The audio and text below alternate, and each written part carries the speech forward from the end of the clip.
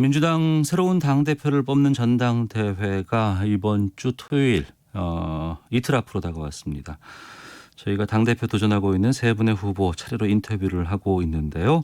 오늘 두 번째 주자 만나보도록 하겠습니다. 박주민 후보 전화 연결돼 있습니다. 안녕하십니까? 네, 안녕하십니까. 예. 민주당 내에서도 지금 그 사진 기자가 확진 판정 받아서 지금 상당히 좀 어수선한 분위기라고 들었는데 의원님은 괜찮으세요? 네, 이미 보도된 바와 같이 최고위 회의 때 예. 취재하러 들어오셨던 기자분 중에 한 분이 어제 최종적으로 확진 판정을 받으면서 예.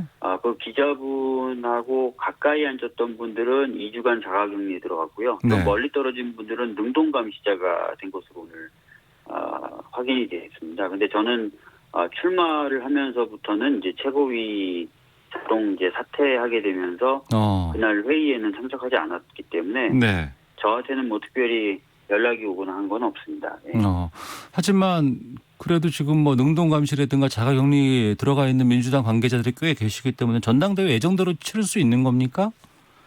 그러니까 실제로 보니까 이제 지도부 거의 전원이 이제 자가격리 또는 능동감시자가 됐고요. 네. 말씀하신 대로 주요 당직자들도 지금 자가격리 또는 능동감시자가 된 상태입니다. 그래서 괜찮을까라는 걱정하는 마음도 있었는데 방금 얘기가 좀 나온 거는 예. 확정된 건지는 모르겠습니다만 전당대회 일정은 그래도 그냥 진행한다라는 쪽으로 좀 얘기가 나오고 있는 것 같아요. 예.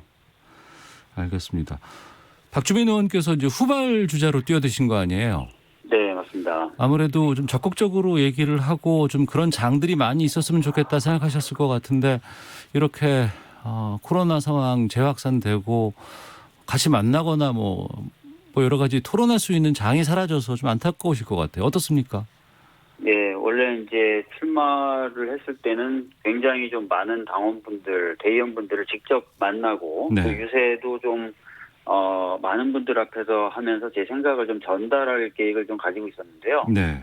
말씀하신 대로 2주간은 수해로 거의 대부분 일정이 취소되고 그다음 지금 마지막 2주는 코로나 재확산 때문에 또 일정이 뭐 취소되거나 축소되고 있는 상황입니다. 그래서 원래 생각했던 것만큼 많은 분들을 직접 만나지 못하고 있어서 네. 굉장히 좀 답답하죠. 예. 29일 토요일 날이 전당대회라고는 하지만 이미 월요일부터 지금 이 일정이 시작되고 있다면서요. 어떻습니까? 좀 소개를 해 주세요. 네, 월요일부터 권리당원 네. 투표가 시작이 됐고요. 그다음에 어제 오늘 이틀간은 이제 대의원분들 투표를 하고 있습니다. 그래서 예. 사실상 뭐 내일 모레 이렇게 진행이 이제 돼서 투표가 마무리되긴 하겠지만 상당수가 이제 벌써 투표를 하셨거나 네. 이런 상황이 되고 있는 것 같습니다. 예. 그럼 구체적으로 질문을 좀 드려보도록 하겠습니다. 아무래도 네. 코로나19 상황이 다시 안 좋아지면서 2차 재난지원금 얘기가 정치권에 많이 지금 나오고 있는데 네. 여기에 대한 의견부터 좀 여쭙겠습니다. 예, 저는 이제 2차 재난지원금이 좀 필요하다라는 네. 입장이고요. 물론 근데 실제로 지급하는 것은 이제 코로나19 확산세나 방역의 진행 정도를 보면서 좀 결정할 필요는 있지만, 네. 아까 말씀드렸던 대로 이제 2차 재난지원금은 좀 필요하다. 그래서 미리 좀 논의를 하고 준비를 할 필요가 있다라는 네. 입장입니다. 예. 그러면 그 지급에 대해서 특히 이제 선별 지급할 것이냐 아니면 보편 지급할 것이냐 이 지금 커다랗게 두 가지로 지금 의견이 나눠지고 있거든요. 네. 어떻습니까? 저는 전 국민을 대상으로 좀 지급을 해야 될 필요가 있다라는 쪽인데요. 예. 8월 21일 날 통계청이 작성해서 발표한 가계소득 동향에 대한 조사가 있는데요. 그 네. 조사를 보면은 가장 이제 소득 수준이 높은 10분위 가구들 역시도 근로소득이나 사업소득이 모두 다 위축되고 있는 것으로 나타나고 있습니다. 네. 그래서 이제 전 국민이 좀 피해를 보고 있는 상황이다라는 것이 좀 확인이 되고 있고요. 또 하나는 이제 이 긴급재난지원금이 복지정책이라기보다는 경제정책 쪽에 가까운 정책이라서 네. 이왕이면은 좀 더 많은 분들에게 좀 소비를 할 수 있는 여러 기회를 좀 드리는 게 더 좋지 않을까 이런 생각도 가지고 있습니다. 네. 1차 때는 뭐 여러 가지 예산들 네. 다른 곳에 있는 것들을 좀 아끼고 좀 돌리고 해서 재원을 마련을 했다 그러면 이번엔 다 국채를 발행하는 빚이라고 하는데 그럼에도 다 모든 국민에게 지급해야 한다고 보시는지요? 지금 이제 국채 발행의 경우에 이제 우려하는 게 두 가지입니다. 하나는 국가 채무 비율이 올라갈 것이다. 그래서 이제 국가 재정 건전성이 좀 안 좋아질 것이다라는 거 하고 두 네. 번째는 국채를 발행하다 보면 통상 금리가 상승된 효과가 발생합니다. 네. 그래서 이제 두 가지를 보통 이제 얘기하시는데 단순히 이제 국가 채무의 크기가 커지는 거라든지 또는 국가 채무 비율이 현 수준에 비해서 어느 정도 상승하느냐라는 것만 놓고 볼 것이 아니라 네. 지금 필요한 재정을 지출하지 않았을 경우와 필요한 재정을 지금 지출했을 때 향후에 어떤 국가 재정 건전성이 어떻게 되느냐 이런 그것을 좀 중심에 놓고 저는 좀 봐야 된다라고 생각을 하거든요. 예. 최근에 이제 연구에 따르면은 적극적인 재정 지출을 안 할 경우에 오히려 국가의 최종적인 어떤 재정 건전성이 악화될 것이다라는 연구도 있었고요. 네. 특히 이제 OECD의 최근 이제 보고서, 우리나라에 대한 보고서를 보면은 재정 전략을 좀 더 적극적으로 써라.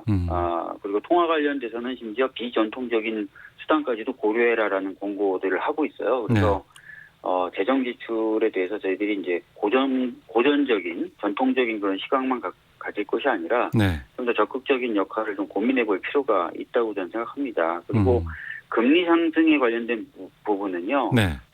최근에 워낙 많은 유동성이 지금 시중에 있다라고 오히려 평가를 하고 있기 때문에 네. 금리 상승의 가능성은 그렇게 크지 않을 것이다라고 오히려 좀 전문가들이 얘기하고 있거든요. 그래서 국채를 발행하는 것도 네. 제가 봤을 때 뭐 그렇게 안 좋은 방법이다 이렇게만 생각하실 건 아니라고 생각합니다. 그렇기 때문에 보편적으로 지급해야 된다라고 말씀하시는 거죠. 네.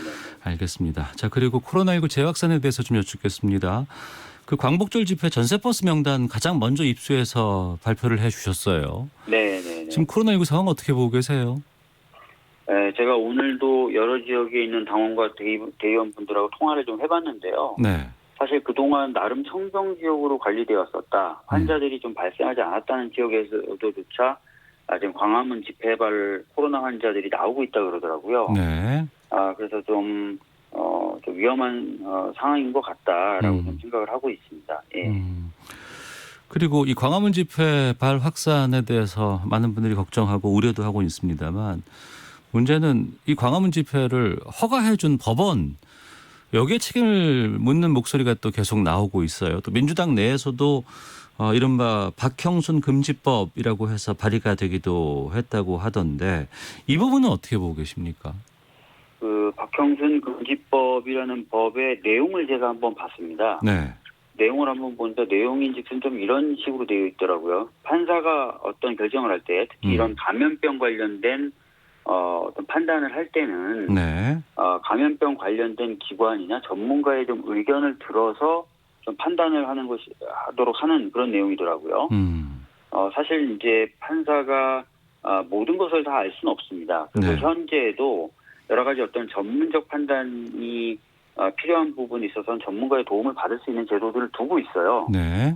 그렇기 때문에 방금 말씀드렸던 그런 내용 정도라면 저는 합리적인 내용은 아닌가라는 생각을 하고 있습니다. 네. 하지만 이게 삼권 분립에 대해서 좀 침해가 되는 것이 아니냐 이런 주장도 있거든요.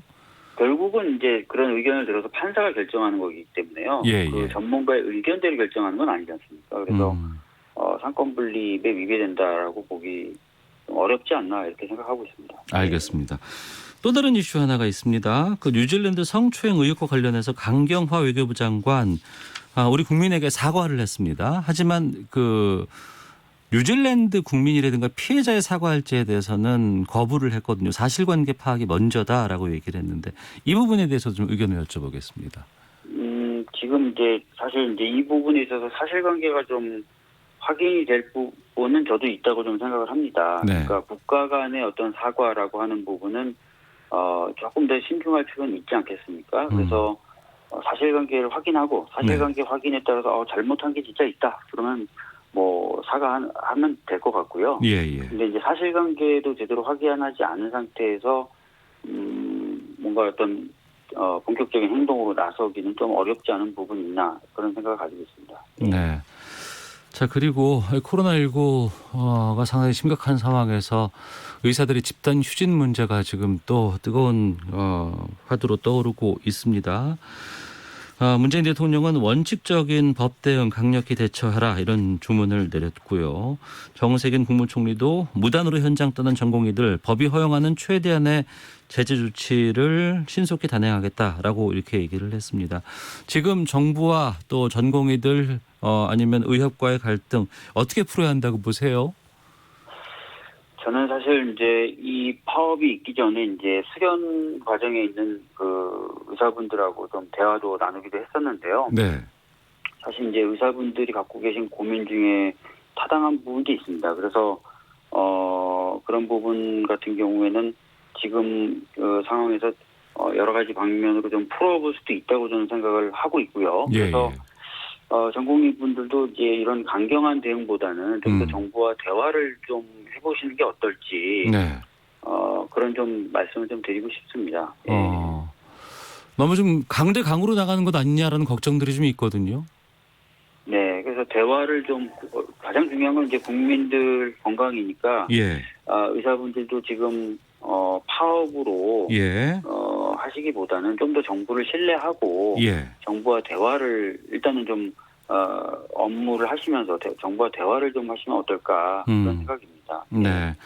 자, 그리고 부동산 관련해서 좀 질문을 드려볼까 합니다. 네. 부동산 뭐 이제 서서히 뭐 효과가 나타나고 있다라는 얘기도 있고 또 한편으로는 너무 좀 혼란스럽다라는 부분도 있습니다. 정부의 부동산 정책에 대해서는 어떻게 평가를 하세요?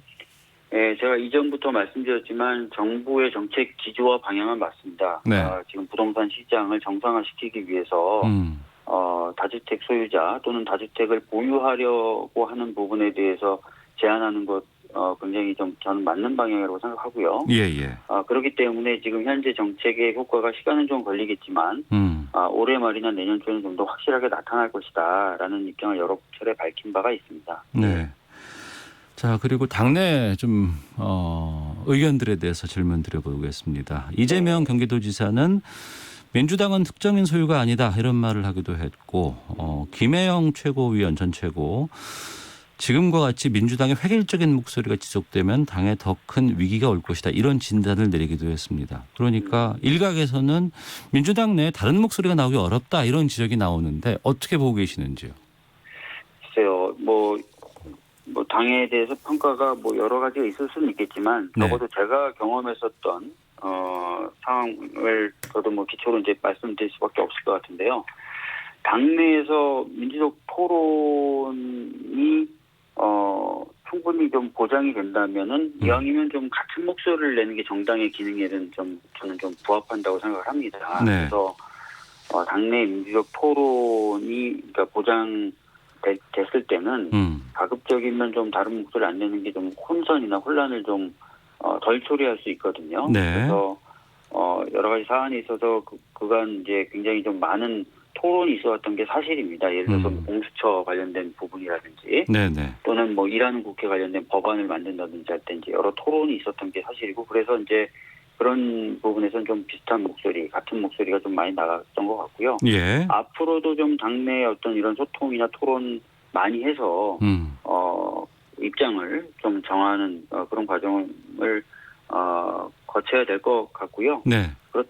그런 상황이라면 이제 조금 다른 목소리 내는 것보다는 좀 이왕이면 그 민주적인 토론 과정에 의해서 결정이 내려졌다는 거니까요. 그러면은 같은 목소리를 좀 내는 것이 좋지 않을까라는 생각 가지고 있습니다. 네.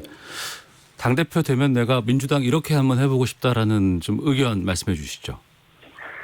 네, 사실 이제 우리 앞에 놓여져 있는 과제가 굉장히 많습니다. 네. 그래서 그런 과제들을 제대로 해결하고 또 해결을 또 잘 하려면은 굉장히 좀 저는 아까 말씀드렸던 것처럼 당내의 소통을 비롯해서 당과 국민과의 소통이 굉장히 활발해져야 된다고 생각을 합니다. 네.